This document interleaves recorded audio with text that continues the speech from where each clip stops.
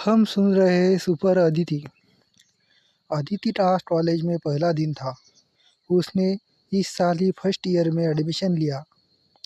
अदिति जैसे ही college campus में पहुंची, वैसे ही उसे किसी ने रोका।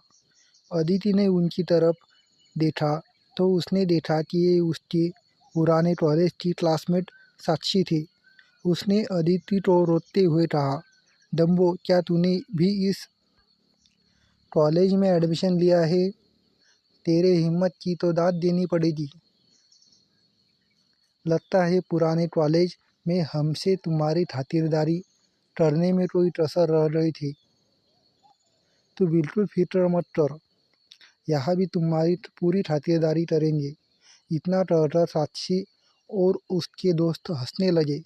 साक्षी और उसके दोस्त सारे कॉलेज के सामने अदिति का मजाक उड़ाने लगे। अदिति बेचारी रोते रोते वहाँ से चली गई और एक पेड़ के नीचे जाकर बैठ गई।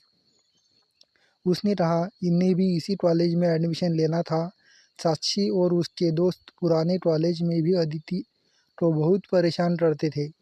अदिति बेचारी एक गरीब परिवार की लड़की थी। उसके पिता वॉचमैन का काम करते थे और माँ सिलाई मशीन चलाकर घर खर्च चलाने में पिता की मदद करती थी। अदिति पढ़ाई में भी इतनी अच्छी नहीं थी।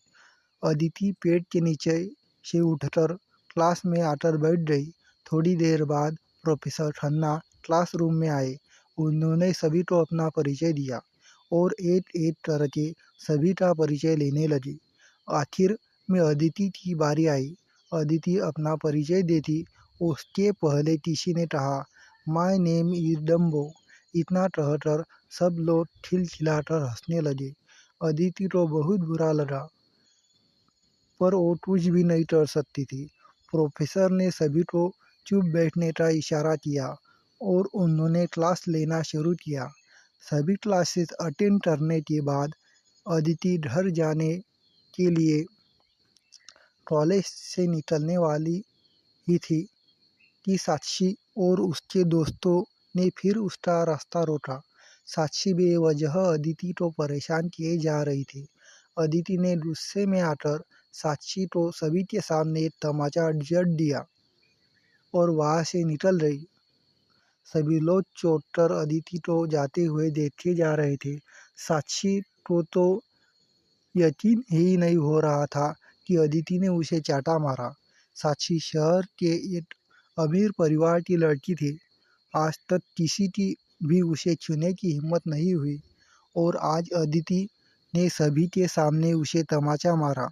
साक्षी ने मन में कहा, आज अदिति को मेरे हाथों से कोई नहीं बचा सकता। इतना कहकर साक्षी भी वहाँ से चली गई। इधर बेचारी अदिति अपनी साइकिल निकाली और घर की तरफ निकल पड़ी। वो थोड़ी दूर ही रही थी कि एक कार उसका पीछा करने लगी। कार उसके पास आई और उसकी साइकिल को धक्का दिया। अदिति की साइकिल रोड से हटकर जंगल के पास गिर गई। अदिति किसी तरह उठी और अपनी साइकिल उठाई। उसने जैसे ही उस कार की तरफ देखा, वो कार भी रुक कर वापस मुड़ने लगी। अदिति ये देखकर समझ गई कि कार जिसकी भी है वो उसे मारना चाहता है। अदिति घबराहट में जल्दी से अपनी साइकिल पर सवार होकर तेजी से जंगल के रास्ते से आगे निकल पड़ी और आगे बढ़ने लगी। कार भी उसके पीछे आ रही थी। अदिति बेचारी घबराते हुए साइकिल चलाने लगी। उसने मन में कहा, मैंने इस कार या उसके मालिक का क्या बिगाड़ा है जिसकी वजह से ये मुझे मारना चाहती है। अदिति ऐसा सोच ही रही थी कि आगे एक घाटी थी। साइकिल घाटी में ना जा गिरे इसलिए उसने जोर से ब्रेक लगाए, पर जैसे ही उसने ब्रेक लगाए, पीछे से आ रही कार ने उसे उड़ा दिया। बेचारी अदिति साइकिल के साथ उछलकर घाटी में गिर गई। अदिति जैसे ही घाटी से नीचे गिरी, वैसे ही कार का दरवाज़ा खुला। उसमें से एक लड़का उतरा। उसने किसी को फ़ोन लगाया और कहा, मैडम, आपका काम हो गया है। इतना कहकर वो लौटा गाड़ी में बैठकर वहाँ से चला गया। अगला पार्ट सुनने के लिए कृपया इस चैनल को सब्सक्राइब और लाइक करें।